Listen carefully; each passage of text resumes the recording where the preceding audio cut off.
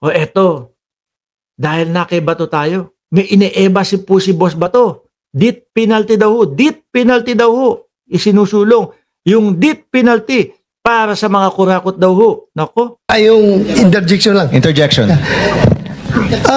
We're looking for solutions. Yusek Bernardo, do you think kung makapasa kami ng batas ng death penalty para sa ang death penalty, ayan na, mga kababayan.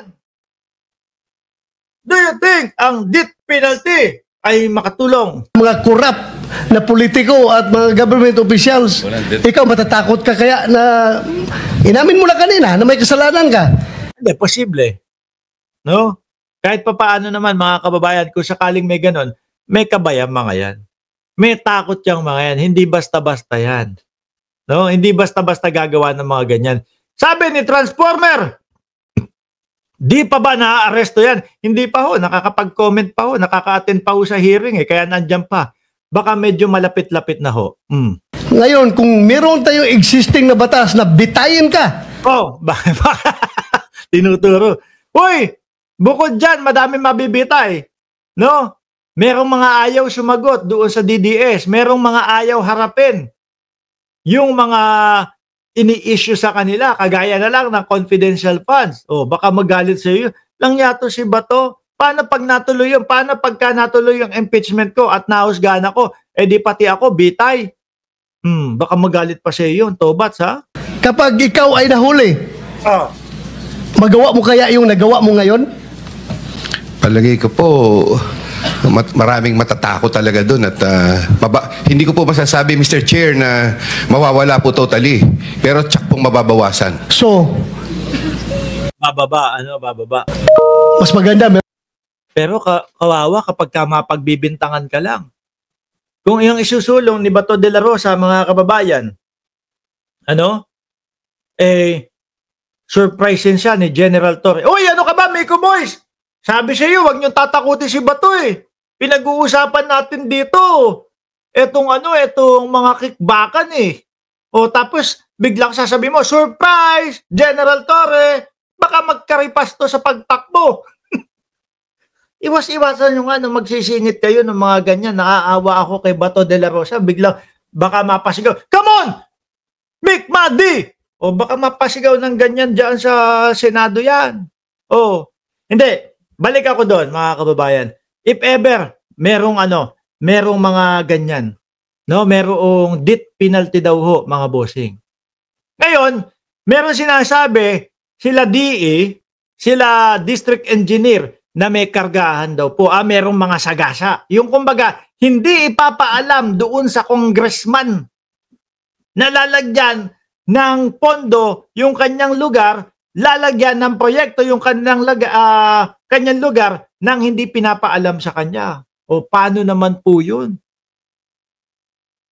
Baka mali ang maging hatol doon, kawawa naman, nabiktima na nga, death penalty pa. Di ba? Kailangan talagang kapag kayong may mga death penalty na mga ganyan, mga kababayan, kailangan malaliman, talagang sobra ang pag-iimbestiga dyan, mga bossing. Dahil pagka nakadali yan ng inosente, aray ko po. Di ba? Wala na Paano? Tapos malaman, naku, hindi pala siya talaga ang gumawa nun. Di ba? Hindi pala siya. Ilang araw o ilang buwan napatunayan. Hindi napatunayan na si congressman ang naglagay ng pondo na yun. Na death penalty na. Yare, paano pa ho ibabalik yung buhay? Di ba? Meron tayong death penalty. Death penalty para doon sa mga pumatay. Ayun, coming from the horse's mouth, Mr. Chair, na Bangis TV, shoutout sa iyo, at Steve Lopez, at Spanish Bread, at Joe Ramoso, at sino pa ba dyan nasa ilalim? At si Pai Chan Seditas de Ramos, Nenita Kayabyab. Tuloy. Umamin na siya, nagkakasala, gumawa siya ng kalukuhan, pero kung meron tayong death penalty, hindi niya gagawin yun dahil matakot siya. Senator Bato, halimbawa papiliin ka, makulong sa Muntinlupa na habang buhay sa death penalty, anong piliin mo? Hindi, wala sa sasabihin ni Bato de la Rosa, Wala po sa pinagpilian. Mainit po dito sa Pilipinas. Doon po ako sa Netherlands. Baka po, hindi kaya pinaparinggan na ni Senator Ping Lacson si Bato? Senator Bato, salamat po, Sir Miko Boy, sa inyong super sticker. Hindi, sandali nga, ano kaya sasagot ni Bato dito? Considering the living conditions sa Muntinlupa, palagi ko pila yung death penalty. Hindi nga po, Senator Panfilo Lacson, malapit-lapit si Bato de la Rosa doon sa The Hague. Kasama ng dating Pangulong Duterte, mas yun po yung may katotohanan, Senator eh. No, eto na nga po dahil lumabas 3 kaso ni Digong. Tapos nakasulat, nakalista yung 8 co-perpetro. Oh. 'Di ba? Tapos nasa ilalim yung mga yung mga PNP chief and high-ranking daw. Mas doon. Tanong nyo, Senator Bato, death penalty sa Pilipinas or doon sa The Hague or doon sa the Netherlands? Yun, tingin ko ang tamang tanong. Sabi ni Tina B, warning na daw. Sir, pipiliin ko Muntinlupa. Enjoying sa Muntinlupa, ha? Pwede ka pa magdegosyo doon. Oh, Muntinlupa. Pwede ka pa magdegosyo. Iba nga doon, negosyo lang siya po eh. Drug lord pa rin hanggang ngayon. Oh, nung panahon nyo. No? Ando sa Muntinlupa. Thank you, sir. Mr. Chairman, I move to strike out that statement of Senator De La Rosa. Mr. Chairman, may oras Teka pa. muna, Mr. Ibang klase si Bato. Shout out kay Gary Reserva, watching from Baguio. Tuloy ho natin, death penalty ni Bato. Hindi ako, mga kababayan, pro-life ako eh. Hindi ako ganun dahil natatakot ako na kagaya nga niyan, may nabanggit ho. No? Alam ko, marami sa inyo ang gusto death penalty. Ako, pro-life ho ako, mga boss chipamo sir. Ang kinatatakot ko, baka mamaya may mga pagbintangan, di ba? Merong makargahan na congressman, may makargahan ng kung ano, tapos mahusgahan ng mali. Napatay na death penalty na, doon sa sinusulong ni Bato de la Rosa, hindi na maibabalik ho yung buhay.